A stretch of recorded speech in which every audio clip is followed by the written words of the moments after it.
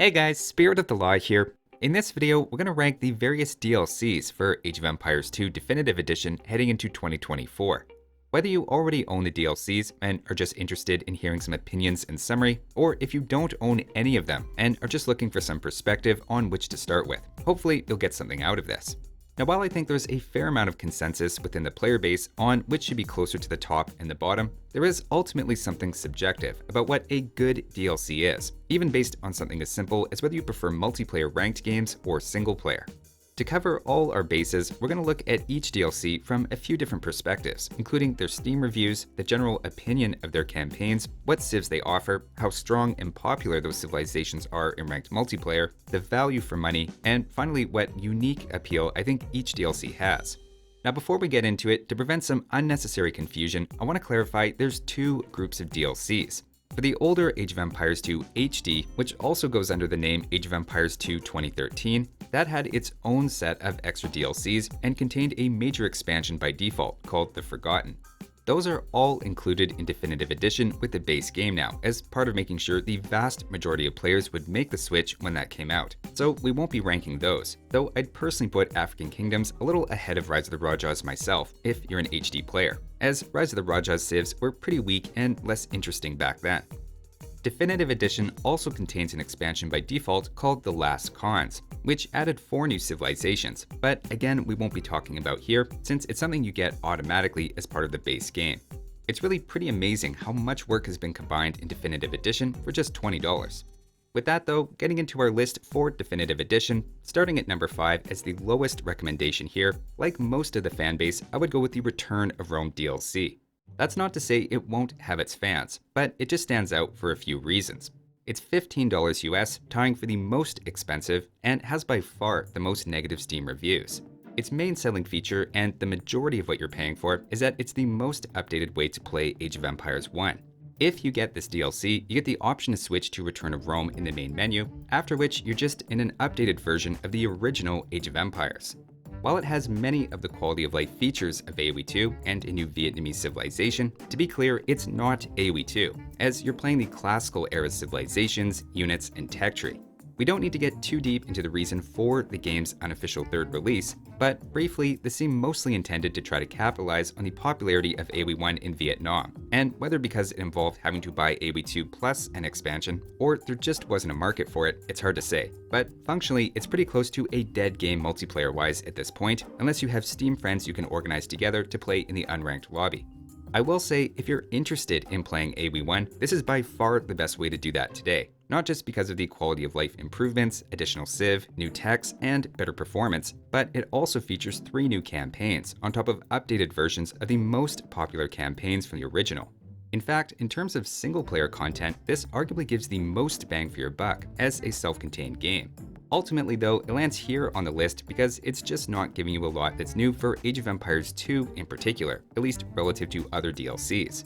That said, it does add one new AoE2 civilization with the Romans. They're actually a very strong civ on the AoE2 ranked ladder if you look at the stats, though it's telling that despite that, they're among the least played, largely because I think a lot of people skip this DLC entirely.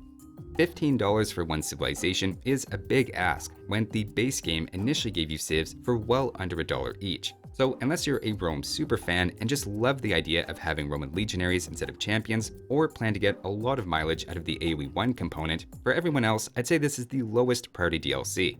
I suspect 9 out of 10 dentists, and maybe more relevant, 9 out of 10 Age of Empires 2 players would agree with that placement. Next, at number 4, we have the Mountain Royals. This is the newest DLC that just came out in October 2023, and like Return of Rome is $15, technically tied for being the most expensive outside of any special discounts or sales. It has a 66% positive rating on Steam, suffering a fair bit because of that slightly higher price, giving it several bad reviews seemingly on principle. It comes with 2 new civilizations, Georgians and Armenians.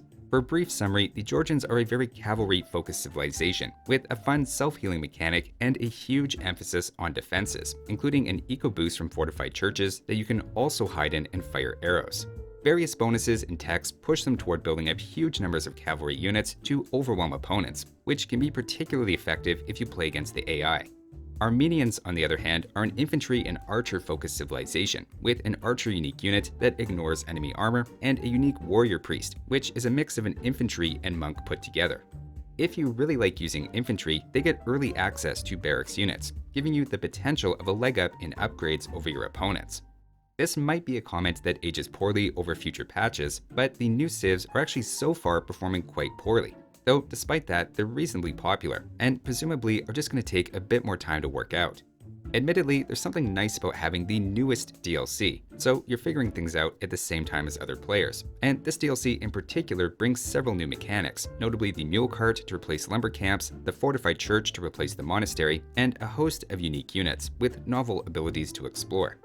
In terms of campaigns, it features 3 new ones: the Georgian Tamar campaign, Persians Ismail, and Armenians Thoros. The general consensus on forums and reviews is that all 3 are well made and fun to play, and the civs will probably get some buffs over time, with Georgians in particular I think having the potential to move up in the rankings with some minor changes.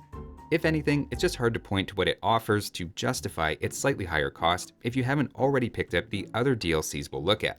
The main advantage would just be if you want to play the newest toys possible, or had a particular interest in those civilizations' history, which is fair enough. Moving on now to number 3 though, we have Lords of the West. This comes in at $10, cheaper than the previous 2 we've seen, while holding a 78% positive rating on Steam. Like Mountain Royals, it adds 2 new civilizations, this time Burgundians and Sicilians. From a multiplayer perspective, Burgundians are a pretty average civ in both performance and popularity, featuring a charge mechanic on their unique unit to give it a shock cavalry vibe, as well as early discounted access to economic upgrades and the Cavalier upgrade. Complementing that, they also have a bit of a gunpowder focus for even more punch.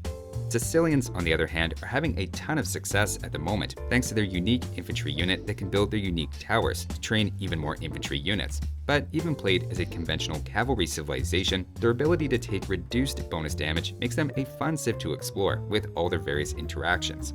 Now, this DLC initially took a good deal of criticism for adding in single-use text, with Sicilians being able to one-time summon a group of their unique units from town centers, and even more controversially, Burgundians can once per game turn all their villagers into a unique spear unit as a final push to seal a win or make a last stand. Early on, those changes were not well received, as they were fundamentally different from other civilizations' texts and bonuses, and quite a few early negative reviews reflected that, though they've been balanced quite a bit since then. As for the campaigns, Lords of the West is usually considered either the second or occasionally even the best of the DLC packages. First, there's Edward Longshanks, where you play as the Britons. This is the easy campaign and a way to flex some longbows, and in part plays the opposite side of the original William Wallace campaign story, at one point even getting to fight him directly. Grand Dukes has a similar twist for Burgundians, at one point playing the opposite side of the Joan of Arc campaign storyline. The third is the Hauteville campaign for Sicilians, covering the history of 2 Norman brothers' conquest of Sicily and also touches on the Crusades, being widely considered a very strong and well-made campaign. Part of the reason is it gives a lot of player choice in the missions, as well as new mechanics like upgrading your heroes as they battle, having to conquer cities instead of building houses to raise your pop cap, and absorbing unique techs from defeated enemies. Despite being number 3 on the list, I think it's an incredibly successful DLC for bringing community-acclaimed campaigns as well as 2 interesting cavalry civilizations that are fairly competitive on the latter. Next up, at number 2, we have Dynasties of India. This also comes in at $10 US, but holds a slightly higher 80% positive rating on Steam. Immediately, an obvious argument for this one is in terms of value, giving you 3 new civilizations for the same cost of the other DLCs that give 2. The idea behind this DLC was to take the existing Indian civilization and break it up to better reflect the diverse empires of India during the time period, though with all 3 tied together thematically with unique access to elephant archers and nearly unique access to the armored elephant to replace the battering ram. Gurjars have an extra emphasis on camels with greater bonus damage, also adding in a unique cavalry unit called the Shrivamsha Rider that can prevent damage from small numbers of incoming arrows, as well as the Chakram Thrower as an infantry unit borrowing some qualities from scorpions. They have a slightly unusual start with berry bushes under the town center and can garrison sheep to passively generate food, and are overall the most consistently good of the Indian DLC civs online, at one point being top tier, but these days considered more average. Dravidians, in contrast, have more of an infantry focus, though between discounted siege, better skirmishers, and faster firing elephant archers, as well as free wood when aging up, their ranged units are pretty solid as well. They also come with a big chonker of a warship in Imperial Age, though you'll have to convince someone else to play water maps if you want to really see it in action. Third is Bengalis, which focus most explicitly on elephants, taking less bonus damage from their counters, while also adding in their chariot unique unit that can switch between ranged and melee mode. Online, the Indian civilizations are a little on the weaker side, I assume in part because they don't specialize in the usual meta of knights and crossbows. In fact, all 3 civs in the DLC lack knights entirely, which gives you a sense of how unique they are, though I assume also partly accounts for them being the 3 least played civilizations. In terms of campaigns, you have one for Bengalis, Dravidians, and the third you start as Tatars but then switch to Hindustanis. Funny enough, the Gurjars campaign is in the base game, as it used to be for the Indians, so you can actually try out Gurjars without buying the DLC. Of the Dynasties of India DLCs, the Dravidian one, Rajendra, is generally considered among the best campaigns, though has a reputation of also being fairly challenging. Again, the best argument for this DLC is the value, giving you the most civilizations in addition to the usual number of campaigns.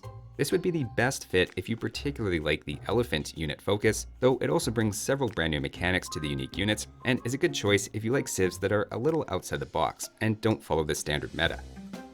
But finally, let's get to the number 1 DLC, which, in my opinion, and I think for many other players, is Dawn of the Dukes. Again, this is $10 and comes with the highest positive reviews at 83% on Steam.